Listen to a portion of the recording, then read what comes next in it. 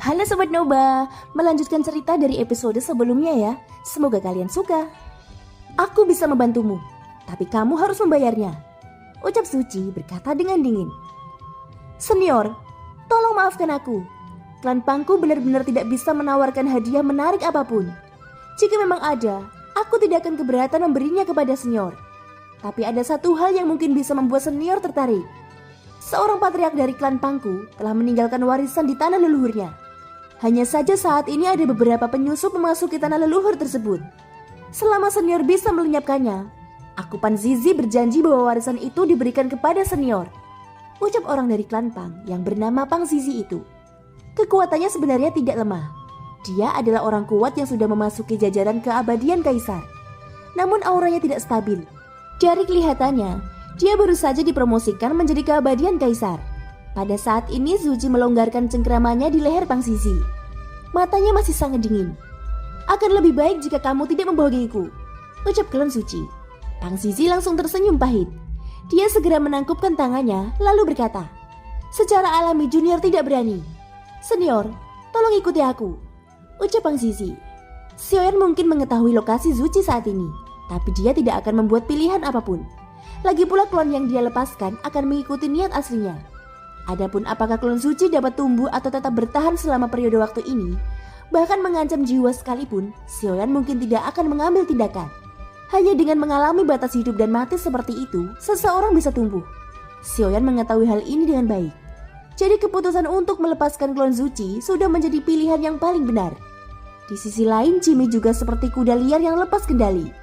Pada saat ini lokasinya sudah sangat dekat dengan sebuah bintang.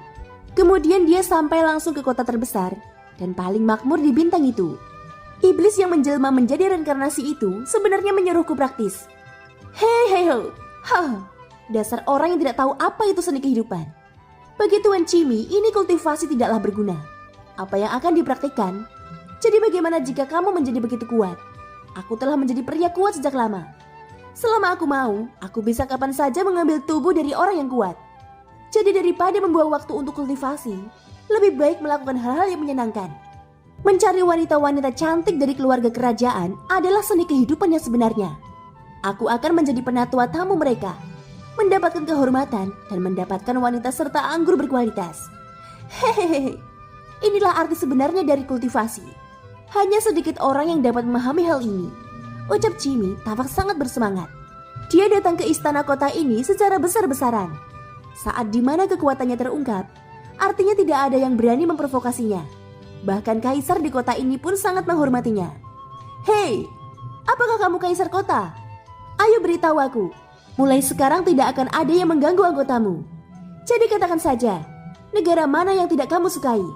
Aku akan membunuh mereka untukmu, ucap Jimmy sambil menepuk dadanya. Cahaya terang tiba-tiba muncul di mata sang kaisar. Tetua, mereka berada di Tenggara. Namanya kota Grafit. Dan klan Si mengundang dewa petarung yang kuat entah dari mana. Aku ingin tahu apakah tetua dapat mengambil tindakan. Jika Anda tidak dapat membunuh, tidak apa-apa memberinya pelajaran. Biarkan saja mereka memberikan persembahan, ucap sang kaisar itu. Dia juga tidak bodoh. Karena Jimmy telah berbicara begitu, tentu saja dia tidak segan menjelaskan kesulitannya. Kalau begitu tunggu aku, ucap Jimmy. Setelah kata-katanya jatuh, sosoknya tiba-tiba saja menghilang dari udara. Setelah Jimmy menghilang, para menteri di istana mulai membicarakan hal itu. Sang kaisar menunggu dengan tenang. Dibutuhkan kurang dari setengah batang dupa sebelum sosok Jimmy kembali muncul di istana. Terselesaikan. Sekarang aku ingin 10 wanita cantik dan anggur berkualitas. Siapkan untukku segera, ucap Jimmy berkata dengan sangat santai. Begitu pernyataan ini keluar, tiba-tiba terjadi keributan di seluruh istana. Tidak ada yang bisa membayangkan apa yang dapat dilakukan hanya dengan setengah batang dupa. Itu terkesan mustahil bagi mereka. Tetua, silakan masuk. Permintaan Anda akan segera disiapkan, ucap sang kaisar segera melambaikan tangannya. Ia memahami bahwa orang di depannya tidak sederhana. Dan permintaan seperti itu sebenarnya tidak terlalu banyak. Tidak peduli apa yang Jimmy katakan itu benar atau tidak, sang kaisar tidak ingin memprovokasinya. Dia mengerti bahwa kekuatan Jimmy berada di luar imajinasinya. Segera dia menyiapkan istana mewah untuk Jimmy. Tidak hanya diberi 10 toples anggur, tetapi bahkan ada ribuan toples anggur berkualitas. Tidak lama kemudian ada berita yang sampai ke istana. "Lapor kepada kaisar," ucap mata-mata itu bergegas masuk ke istana sambil terhuyung-huyung. Melihat ini, mata sang kaisar sedikit menyipit. "Apa yang terjadi? Apakah dewa perang yang kuat itu sudah terbunuh?" tanya sang kaisar sambil menatap mata-mata yang terengah-engah itu. Tidak hanya terbunuh, bahkan seluruh kota Grafit menghilang ke udara. Dan yang tersisa hanyalah jurang maut. Aku tidak tahu dewa mana yang melakukannya, ucap mata-mata itu dipenuhi kengerian. Segera setelah kata-kata ini keluar, semua menteri di istana menarik nafas dalam-dalam. "Cepat, segera siapkan 10 wanita cantik dan kirimkan lagi anggur terbaik untuk tetua itu," ucap sang kaisar. Baru kemudian sang kaisar mengerti bahwa Cimi merupakan keberadaan yang sangat kuat. Di bawah dukungannya, hal ini dapat menjamin perdamaian dan keamanan negara lain setidaknya selama 100 tahun. Bahkan negara manapun di planet ini tidak akan mampu mengancamnya. Pada saat ini di dalam istana sosok Cimi tertawa bahagia. Itu karena dia sudah dikelilingi wanita seksi dan cantik yang sedang memanjakannya. Ketika dia haus, sudah ada ribuan toples anggur yang berkualitas di deretan meja. Tidak disangka bahwa semuanya berjalan sesuai dengan keinginan Cimi. Hehehe, reinkarnasi iblis itu tidak mengerti. Inilah arti kebahagiaan tertinggi di dunia, ucap Cimi. Sepertinya dia tidak takut jika Xiaoyan mengetahuinya. Tentu Xiaoyan tidak memperhatikan apa yang dilakukan Cimi. Xiaoyan yang berada di atas kompas terbang masih terfokus sepenuhnya. Dia tahu semua yang dilakukan Cimi, tapi tidak masalah apa yang dia lakukan. Karena alasan melepas Cimi bukan sekedar untuk membiarkannya berlatih, tetapi ingin melihat apakah Xiaoyan bisa memancing klon Cimi yang lain keluar. Pada saat ini meskipun ada banyak orang kuat di bola cahaya, tapi tidak ada orang yang benar-benar diminati Xiaoyan untuk dijadikan klonnya. Memang benar bahwa klon yang dimiliki Xiaoyan saat ini cukup banyak, tetapi hanya ada 3 dari mereka yang sangat berguna, yaitu klon Yuanse dan klon Suci dan klon pemakan jiwa. Potensi ketiganya tak terbatas, dan hanya mereka yang memiliki ruang untuk bisa tumbuh ke level yang cukup kuat. Di masa lalu, ada 6 senior labu bermata 9 yang selalu membantunya di saat-saat kritis. Tapi sekarang mereka berada di alam dewa kuno, dan Xiaoyan hanya bisa mengandalkan dirinya sendiri di dunia iblis kuno ini. Hanya kekuatannya saja tidak cukup. Belum lagi ada 2 raja roh yang perlu dia pikirkan untuk dihadapi. Oleh karena itu Xiaoyan harus membuat persiapan seperti menambahkan klon kuat di sisinya. Cimi memiliki kekuatan yang kuat untuk merebut tubuh, dan memiliki klon yang tak terhitung jumlahnya. Inilah alasan mengapa Xiaoyan tidak mengusir jiwa Cimi dari tubuh klon keabadian fisiknya. Dia cukup mengendalikan saja. Dengan cara ini biarkan Cimi meninggalkan Xiaoyan dan melihat seperti apa klonnya di dunia iblis kuno. Lagi pula, Cimi juga pintar. Klon yang dia tangkap semuanya adalah makhluk yang sangat kuat. Jadi alangkah baiknya jika Xiaoyan menggunakan Cimi sebagai umpan. Dia ingin melihat apakah dia bisa menangkap klon yang lebih kuat dari Cimi. Waktu berlalu. Pada saat ini alkemis pemurnian Xiaoyan akhirnya terselesaikan lagi. Aroma obat akhirnya meluap dari tungku pembakaran. Xiaoyan menghela nafas lega. Di dalam tungku pembakaran, sekali lagi ada pil yang tersuspensi. Pil pemecah racun Tianling. Pil detoksifikasi tingkat dewa. Gumam Xiaoyan. Matanya menunjukkan kilauan. Itu karena pil ini memiliki efek mendetoksifikasi berbagai macam racun. Ini adalah permainan dari si nomor 4. Mungkinkah dia diracuni? Gumam Xiaoyan. Namun merupakan kabar baik bagi Xiaoyan untuk mengetahui resep pil detoksifikasi tingkat dewa. Setelah memasukkannya ke dalam botol giok, Xiaoyan masih ingin melanjutkan pemurniannya lagi. Pada saat ini kompas terbang mereka sudah memasuki lubang cacing kedua. Selanjutnya adalah perjalanan melalui lubang cacing terakhir. Dan mereka akan tiba di alam pertemuan iblis. Tepat ketika mereka baru saja keluar dari lubang cacing, kedua mata Xiaoyan tiba-tiba menyipit. Itu karena tidak jauh dari mereka terdapat bola cahaya yang sama muncul. Hanya saja ukuran bola cahaya itu lebih besar. Di dalam bola cahaya terdapat ribuan sosok yang tak sadarkan diri. Dan juga ada sebanyak 100 orang yang menyeret bola cahaya tersebut. "Utusan Zonggu, apakah kamu kembali juga?" ucap sosok di atas kompas terbang di kejauhan. Utusan iblis abadi di kompas terbang Xiaoyan bernama Zonggu. Utusan iblis abadi adalah gelar kehormatan yang mereka berikan satu sama lain. Utusan Zonggu tiba-tiba terkejut. Dia menatap Xiaoyan, dan mata Xiaoyan menjadi dingin saat ini.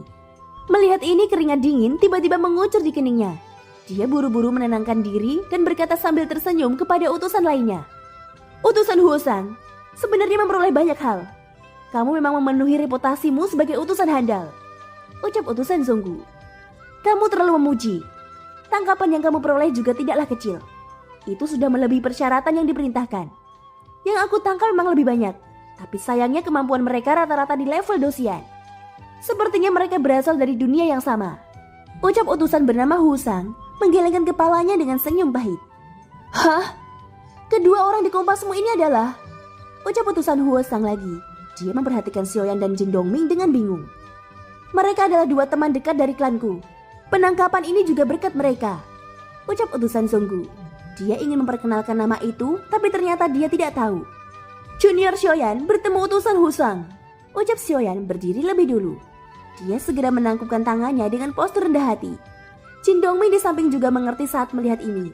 Segera dia berdiri menangkupkan tangannya dan mengumumkan namanya. Dari sini, Huosang mengira keduanya adalah bawahan Zonggu. Huosang juga tersenyum ramah. Kalau begitu aku tidak akan mengganggu waktumu. Aku masih perlu mengambil langkah lagi. Tujuan ini belum tercapai. Setelah mereka dikirim kembali, aku harus keluar dan terus menangkap mereka. Ucap utusan Huosang. Oke, semoga Huosang berhasil menangkapnya. Ucap utusan Zonggu menangkupkan tangannya. Yang terakhir membalas budi dengan tangan ditangkupkan. Sampai Huosang pergi, ekspresi wajah Xiaoyan kembali dingin. Senior jangan khawatir, identitas Anda tidak akan pernah terekspos. Ucap Zonggu yang telah memperhatikan penampilan Xiaoyan dan segera menjelaskan. Ya, teruslah berjalan. Ucap Xiaoyan menarik pandangannya. Dia tidak banyak bicara. Sungguh menghela nafas lega. Masih ada waktu luang dan Xiaoyan memilih untuk meneruskan alkemis pemurniannya. Mencoba untuk menyelesaikan semua tugas dari alam dewa kekacauan sekaligus. Yang terakhir adalah pil pencair darah 9 transformasi. Ini adalah titipan dari si nomor 5. Identitasnya relatif jelas. Dia seharusnya berasal dari dunia laut pegunungan. Fungsi obat mujarab ini juga untuk peleburan darah. Hanya saja aku tidak tahu bagaimana cara menggunakannya. Kumam Xiaoyan. Pemurnian terus berlanjut. Dan tidak lama setelah pindah, mereka bertemu utusan iblis abadi lainnya lagi. Di tengah kehampaan, seseorang di kompas terbang memandang Zonggu dan mencibir. Yo, bukankah ini Zonggu? Sepertinya panennya bagus. Ucap utusan itu. Sosok di dalam bola cahayanya jumlahnya sedikit. Sepertinya panen utusan ini tidak bagus. Saat Zonggu melihat orang ini, matanya tiba-tiba menjadi gelap. Sepertinya dia tidak memiliki hubungan yang baik dengan orang ini. Utusan Liu Zong. Ucap Zonggu masih menangkupkan tangannya. Saat dia berbicara, yang terakhir secara bertahap mendekat. Hal ini membuat mata Zonggu semakin suram. Utusan Zonggu, bagaimana kalau kamu memberiku hasil tangkapan ini? Aku akan memberimu pil keberuntungan sebagai gantinya. Ucap utusan yang bernama Liu Zong tersenyum dan berkata. Meskipun tersenyum, tapi itu memberi tekanan yang cukup. Ini sama sekali bukan negosiasi, tapi mengambil secara terbuka. Utusan Liu Zong bercanda. Aku dengan susah payah menangkap banyak orang kuat kali ini. Dengan kualitas seperti itu, jangankan pil keberuntungan, aku bahkan bisa mendapatkan banyak poin kontribusi. Ucap utusan Zonggu mencibir. Kualitasnya memang sangat bagus, namun sayangnya kamu tidak diizinkan membawa mereka kembali ke alam pertemuan iblis. Ucap utusan Liu Zong. Segera setelah kata-kata itu jatuh, aura di tubuhnya melonjak. Jika Zonggu tidak mau membaginya, dia berencana merampoknya secara terbuka. Aku tidak bisa memberimu hasil panenku. Harap hargai dirimu sendiri. Liu Zong. Ucap utusan Zonggu juga segera berkata dengan suara dalam. Saat ini ada Xiaoyan di sampingnya. Zonggu tidak takut kepada apapun. Rupanya Zonggu sering dicegat di tengah jalan sebelumnya. Bagaimanapun kekuatannya sendiri lemah. Jadi wajar saja jika dia menjadi sasaran bullying. Jika masalah ini diketahui Diaken, kamu harus tahu konsekuensinya. Ucap utusan Zonggu melanjutkan. Sosok Liu Zong segera bergerak. Dia benar-benar melompat langsung ke kompas tempat Xiaoyan dan yang lainnya berada. Matanya juga memperhatikan Xiaoyan dan Jin Dongming. Yo, dari mana kamu mendapatkan pembantu? Apakah kamu pikir kamu bisa lebih sombong dengan 2 orang pembantu? Ucap utusan Liu Zong. Setelah suara itu jatuh, terlibat ratusan sosok yang menyeret bola cahaya mengelilingi mereka. Ada lebih dari selusin orang. Dibandingkan dengan Zonggu, kekuatan ratusan orang ini jauh lebih kuat. Aku menasehatimu jangan malu-malu untuk berbagi denganku. Ucap Liu Zong berteriak dengan suara rendah, lalu memberi isyarat kepada rakyatnya untuk menyeret bola cahaya milik Zonggu. Zonggu ingin marah, tapi dia kekurangan kekuatan. Dan dia tidak tahu apakah Xiaoyan akan membantunya. Jadi meski ada amarah di wajahnya, dia tidak mengeluarkan suara. Liu Zong menunjukkan senyuman dan mengelurkan tangan untuk menepuk pipi Zonggu. Menurutmu, mengapa hal ini perlu? Aku lebih baik jika kamu memberiku secara baik-baik sejak awal. Mengapa repot-repot membuat semua orang tidak bahagia? Pada akhirnya kamu juga tidak bisa mendapatkan pil keberuntungan kan? Ucap Liu Zong mencibir. Ekspresi sinis muncul di wajahnya. Namun saat ini tiba-tiba seluruh kompas terbang tertutup api. Suhu yang panas juga membuat Liu Zong takut dan dia buru-buru mundur. Mencari kematian, teriak Liu Zong dengan dingin. Dia menatap Xiaoyan yang sedang duduk bersila memurnikan obat. Xiaoyan tidak banyak bicara. Saat ini Jin Dongmi sudah berdiri di samping Zonggu. Baiklah. Zonggu, kamu benar-benar berani kali ini. Apakah kamu yakin ingin melawanku? Ucap Liu Zong memandang Zonggu dengan dingin. Tangkapan ini milikku. Kamu tidak berhak merambasnya. Ucap Zonggu. Setelah mendapatkan petunjuk dari Xiaoyan, Zonggu juga menjadi berani.